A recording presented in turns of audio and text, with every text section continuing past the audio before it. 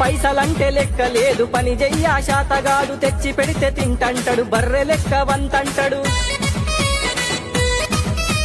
తాగుడంటే పానమాయే వద్దంటే మానడాయే చెప్పంగా వినడాయే చెవినైతే పెట్టడాయే లివర్లన్నీ ఖరాబాయే ఆఖరికి పానం బాయే ఇల్లిడిసి ఎల్లిపాయే అందరికి దూరమాయే తాగుడు తాగుడు తాగుడు తాగినంక ఊగుడు తాగుడు తాగుడు తాగుడు తాగినంక ఊగుడు తాగుడొద్దురా తగే సోపతొద్దురా తాగుడొద్దురా తగే సోపతొద్దురా